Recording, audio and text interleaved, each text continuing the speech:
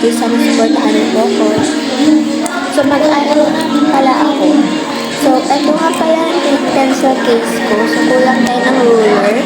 And then, meron ako nitong ball pen na dalawa, tsaka lapis na dalawa, tsaka eraser na dalawa. Tapos, meron akong papel dito. Tapos, notebook ko sa PLE. Tatlong bond paper ng A4. Extra na lang yung dalawa kasi guys, meron na pala akong siglo dito for 80 kasi magkakaroon kami ng presentation bukas na din. So, kanina lang ata nila sinabi na magkakaroon pala kami ng presentation. But, bukas naman yun kaya okay na yun sa amin. So guys, ang unahin na pala natin na yung PM. So, kakasabi lang naman kanina na i-check niya daw yung na tapos namin sa day 1. Kasi ito pala yung day 1. Ayun daw kung mababasa yun siya. But, guys, paki-comment nga kung sino yung with honors sa inyo. Kasi gusto ko lang malaman. And first na pala guys, mag-write po tayo. Pagkatapos po ng write natin, i-rewrite po natin siya.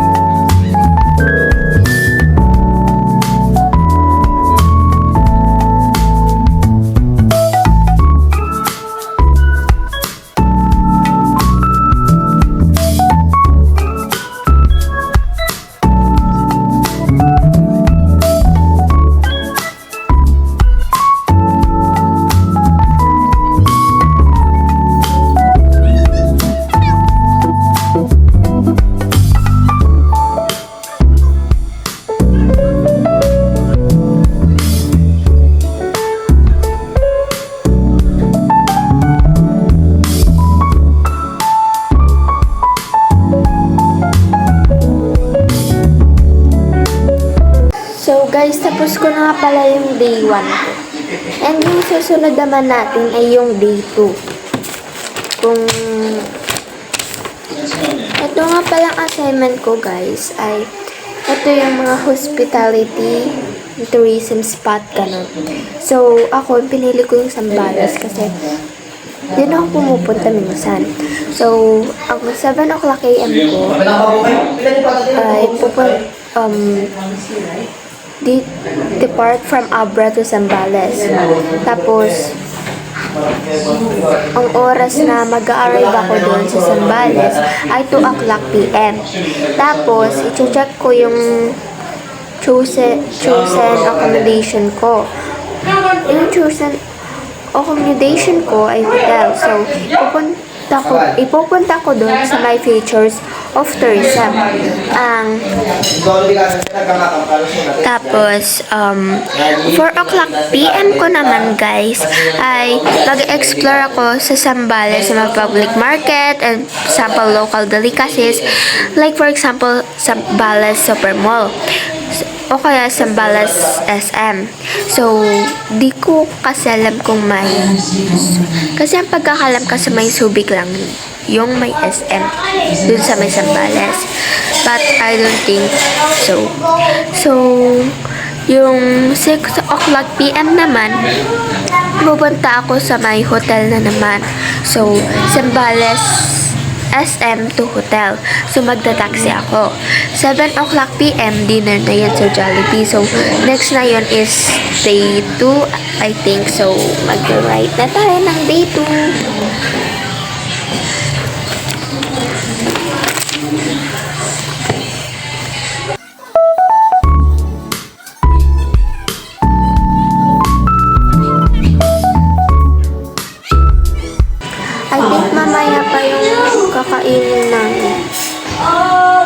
Kasi hindi pa siya luto eh. Kaya hihintayin pa namin maluto. Sorry kung naingay guys ha. Kasi may nagpa-practice, may nanonood ng TV, may kumakain. Lahat na. Tapos ngayon uulan na naman guys. Sorry.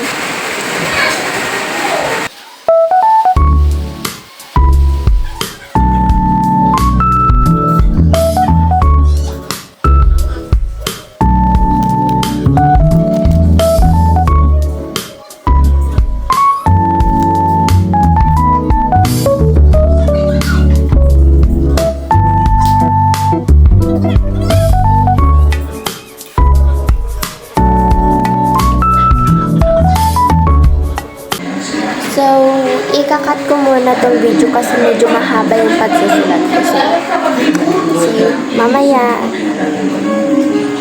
Dahil hindi pa ako tapos dito sa ginagawa ko, kakain muna ako kasi nagugutom na ako guys. So, let's go.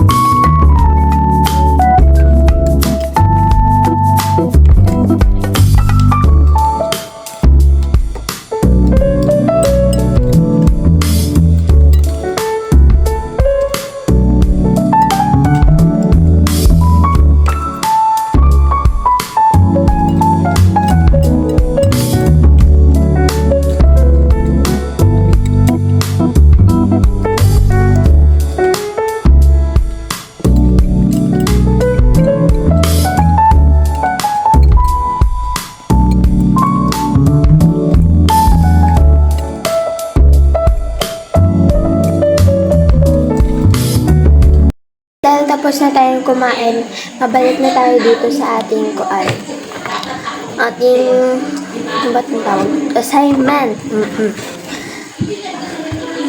So, ito tayo mag-school.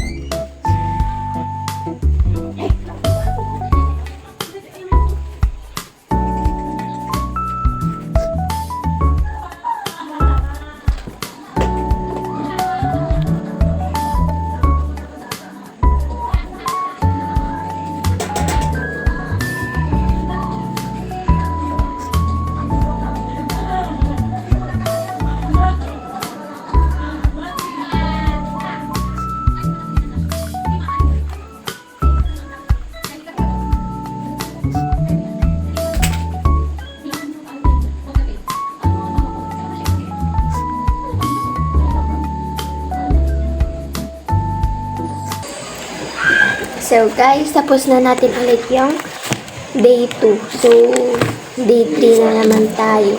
Punta na tayo dito sa page nito. Guys, kung makikita niyo dito sa may likod ng aking notebook, ang dami na talaga sulat. Like, ayan, mayroon pa siyang, ano to? Fake noisy. Isa akong secretary sa school, sa may classroom namin, guys. Ayan, noisy.